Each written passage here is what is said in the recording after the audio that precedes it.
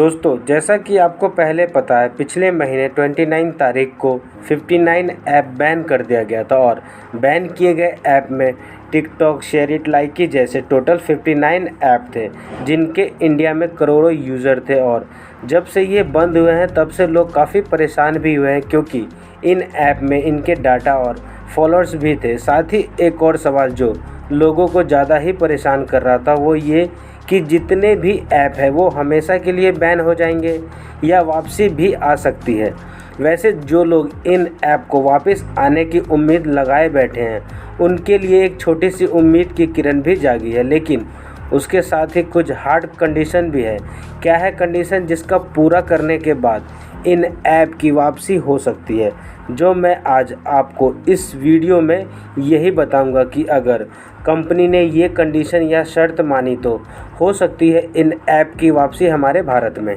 तो दोस्तों, आपको बता दें, भारत सरकार के आदेश पर 59 चाइनीज़ ऐप पर बैन लगाया गया था।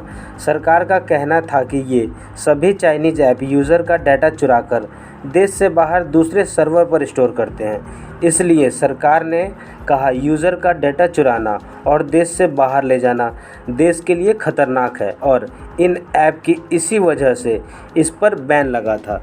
लेकिन दोस्तों, आपको बता दें, एक नई खबर आई है जिसके कारण इन सभी कंपनियों को अपनी बात रखने का भारत सरकार ने मौका दिया है।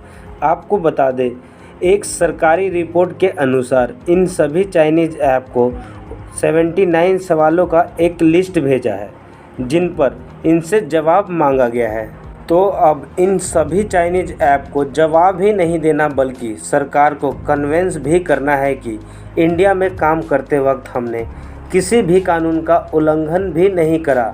सरकार ने इन सभी कंपनी को अपनी बात रखने का 26 जुलाई तक का समय दिया है, लेकिन ये 26 जुलाई तक सरकार को जवाब नहीं देते हैं या सरकार को कन्विंस नहीं करते हैं तो एज़ पर रिपोर्ट इनको परमानेंटली बैन कर दिया जाएगा।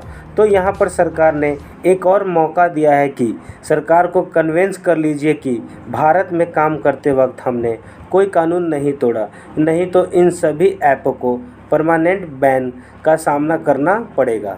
तो चलिए दोस्तों, आपको बताता हूँ उन 79 सवालों में से कुछ ज़रूरी सवालों के बारे में। तो सबसे पहले आपको मैंने बताया, इस ऐप को बैन इसलिए किया गया था कि सरकार को लगता है ये इंडियन यूज़र का डाटा चुराते हैं, तो इसलिए सबसे ज़्यादा ज़रूरी सवाल होगा यूज़र के डाटा से जुड़ा होगा।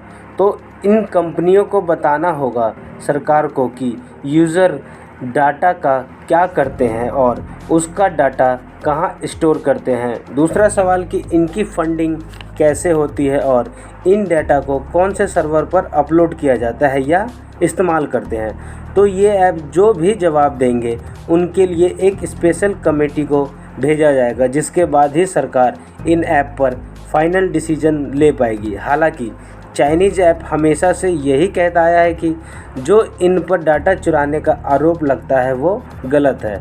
तो दोस्तों, जैसा कि सरकार ने 79 सवालों की लिस्ट भेजी है इन चाइनीज़ ऐप को और सही जवाब देती है चाइनीज़ ऐप कंपनियां, तो हमारे भारत सरकार को भारत में काम करते वक्त हमने कोई कानून नहीं तोड़ा और साथ ही संतुष्ट कर पाती है इन सवालों के जवाब से। तो इन सभी ऐप का वापस आना तय है।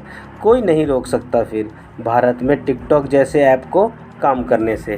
तो दोस्तों, आप क्या चाहते हैं टिकटॉक की वापसी हो हमारे देश में? क्या आप यूज़ करते थे टिकटॉक या फिर क्या आप यूज़ करेंगे दोबारा टिकटॉक? तो हमें कमेंट में ज़रूर बताएं।